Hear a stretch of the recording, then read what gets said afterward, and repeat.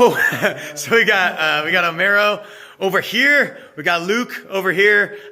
They've been using ropes for a really long time, and they've been deep into the battle ropes education, as well as they train every single type of client on every single type of surface in every environment. They've got tons of experience, and they are going to give their review, their point of view of these ropes. Ropes on ropes on ropes on ropes on ropes. Boom. All right. What's up? What's up? You said every surface. I haven't done ice or snow, so that's my next bet. But I think we would probably take those on. The one with the sheath on that. But on ice and snow. Yeah. Oh, okay. In my opinion, we went with the braided rope because I mean, if you can kind of zoom in on that. I mean, it has a little bit of give, but it also, is nice and tough to give us a little bit of wiggle room to kind of work that in. And I want to make sure that, any rope that I'm going to get is going to be tough in every direction, but also, has a little bit of durability. And that kind of shows me that toughness is going to help out with that, that durability on it. So as opposed to here, I'm just going to look in real quick, a rope kind of like this where it comes untwisted, or like this where it kind of comes undone a little bit. Or yeah, right. As far as the the fibers go, if you kind of want to zoom in once again, these fibers are crossing, right? So we have two fibers over another two fibers that, in my opinion, are definitely going to reinforce that, but also offer that stability in every which angle. Oh, okay. Yeah, I like it. And to piggyback off of what Omero said, like these ones are great for indoor. You know what I mean? Because of you don't get a lot of friction with them. So using the braided rope for indoors, in our opinion, is probably your best bet if you're going to go that route. Yep. So if you wanted to go outdoors, the conclusion that we came to was the 50-foot triple braided rope in the sheath. All right. So we've noticed with this one, just being outdoors, I mean, you can compare it to another rope that I did have outdoors. You're not. Yeah. So we can see there's the sheath here, braided there. And then we've got the triple strand twist, a bunch of different kinds right there. So yeah, okay. So we definitely notice, I mean, in terms of, durability, being that there's a sheath on top of this, it's definitely going to add some time to the rope, so it'll definitely last a little bit longer, and you don't have to deal with having all the dust, grass, and debris caught up in the rope. So we went with this one's for outdoor, is how I would. And specifically, like outdoor, if it's on a surface like grass or dirt or bark or sand or something that's going to get stuck in there. If you're on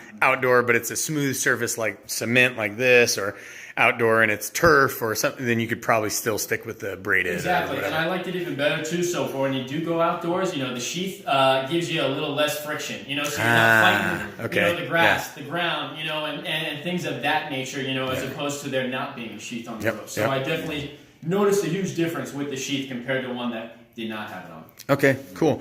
Yeah. So real quick, Omero, what types of clients have you trained, and do all of them use the ropes? And I know you were talking specifically about like training certain ways and using certain ropes. So what would be the way to kind of surmount that with any one of these? Yeah, I trained clients from 15 to 65, and they all use ropes. They all use ropes in somehow, some way.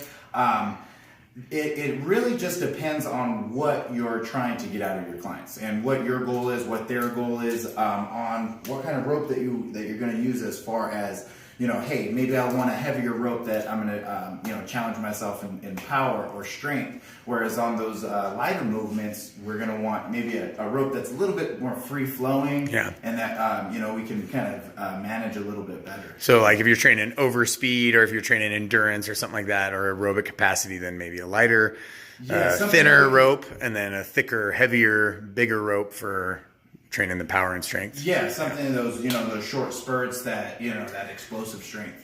Okay. And then, so I don't ever use any rope smaller than 50 feet. Do you use ropes smaller than 50 feet? And when do you use them and why? And I usually, not personally, but for my clients, I have stages of ropes. So I have a more beginner rope, just to kind of really get them, especially if they're brand new, fresh, never touched a rope before, and just going not only increasing the length, but increasing the thickness. Yeah.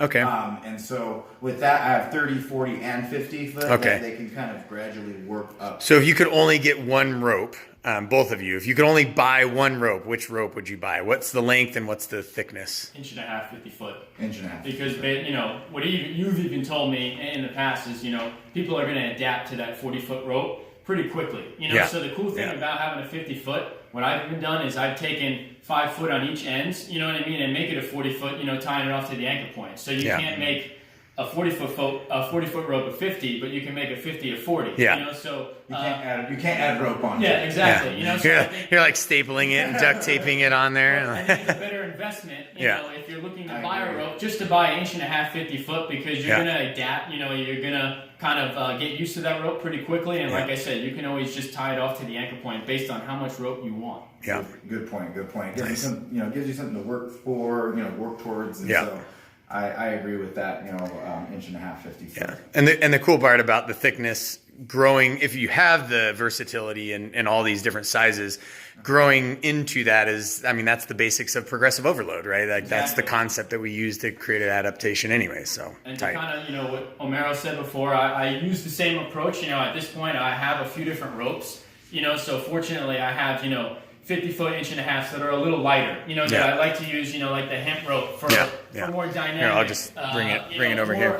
So that's a oxidative. hemp, and he got that by accident, but now he uses it because he has it. So why not? So it works for, you know, Or like I said, like the plasticky. That's going to be another really light. But exactly. yeah. Okay. But, you know, I do like having some options, you know, in terms of, you know, having a lighter rope, you know, for a low intensity, and then for power strength, you know, if I do want to train that myself and my client, I have that heavier rope, you know, with a little bit more mass, you know, as an option as well. So Nice.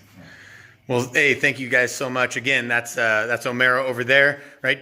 Mass trainer of the masses in Sacramento, and then that is Luke over here, trainer of the masses in the outer Sacramento area or Newcastle foothills. Yeah, the foothills. And then thank you very much. Next one, best one.